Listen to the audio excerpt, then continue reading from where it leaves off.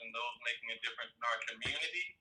And today we have a special guest. She is the founder of Success Level Ventures, Tanisha Marie.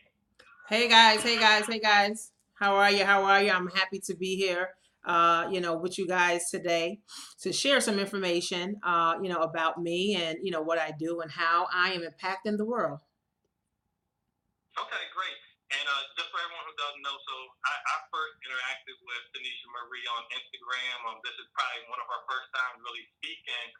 And I think one of the things I really like about what you're doing, and I always think back for myself, is because I'm 42.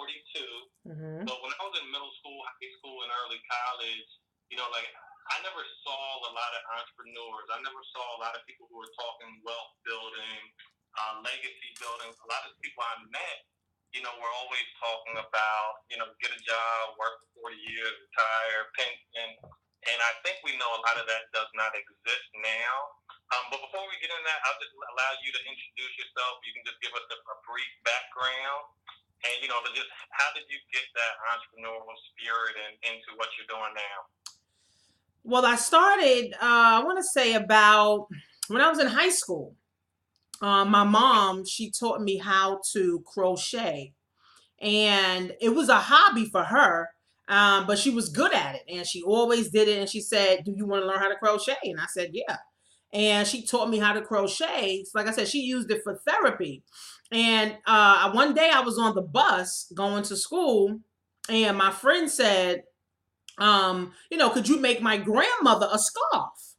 And I said, "Yeah, I can. I could make your grandmother a scarf. It'll take me about a day or two." And I gave her grandmother the scarf. And then I was like, what if I can make scarves and sell it? Right. And it was just like a light bulb came on because my friend asked. I made it for her grandmother. Her grandmother absolutely loved it because it's nice and soft and crochet, and handmade. So I was like, what if I can sell these? Right. So I started asking my friends, do you guys want scarves? And they were like, yeah. So I started making scarves, selling scarves for $20. So the yarn was like $5. So I was asking my mom, I need, money to get some yarn. And she would buy the yarn for me, and I would sell scarves for $20. I remember my first month doing scarves, I made $200. I was like, oh my God. I was like, I just made $200. I couldn't believe it. Huh? How were you at that time? I was about 15, 16. You heard me? Wow. Yeah, and it's funny because that's probably more than a lot of people, either McDonald's or retail. That right there is good business. Right. So what happened was I had like a epiphany, like I can sell scarves and make my own money.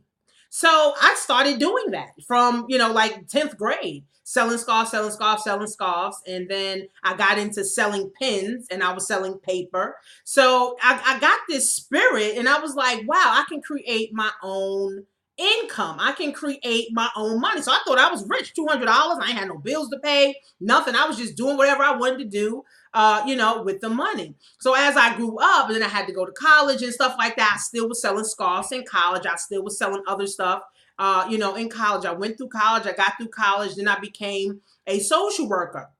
Then is where I kind of stopped selling because as a social worker, you have to be like 100% into your job.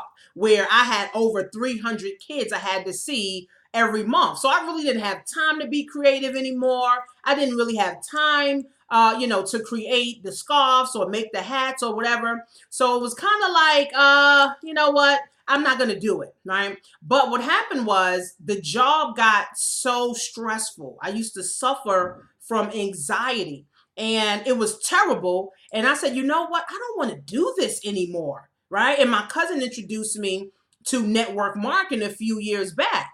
And I said, I don't want to do this job. I'm not making enough money. I can't never see my kids. I can't never see my husband. I can't be with him. I said, this is stupid. So I got fired, from being a social worker, which I was happy, that I actually got fired, from there because I didn't have no time to do nothing. And I didn't know what else I was going to do.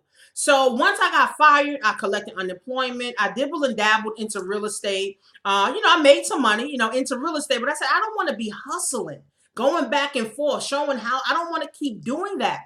So, like I said, my cousin introduced me to network marketing, and network marketing, I had a whole nother outlook on life. I'm like, well, if these people are home making money, I can do this too. This is already laid out. Like the path for success is already laid out. So why don't I just follow it? And from 2009, I started programming my mind. I started reading books. I started going to events. I started listening to audios, kept reading more books, kept going to more events. And eventually it started to click. And I was like, wow, if I can create something where I can help other people get into it, I've hit the jackpot. Right. So, of course, it took more time. It took more reading books. It took more, going to events, hiring mentors and getting systems and things of that nature to now be doing what I'm doing now. But I got the aha moment after I was fired. I was like, listen, I cannot do this anymore. I did not look for another job. And I said, you know what? I'm going to create my own. And with the help of God, with the faith that I had in myself and the faith that I had in God, I said, you know what? I can do this. And I struggled for about 3 years after I got fired from my job to try to get my business off the ground.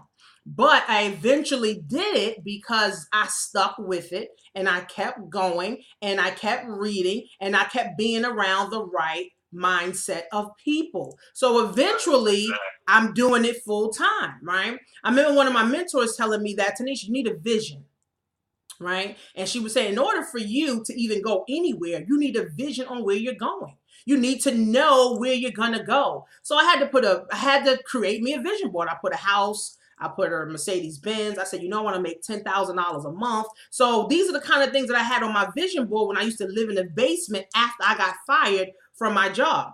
So let's fast forward to about 2013, 2014. I bought my first house.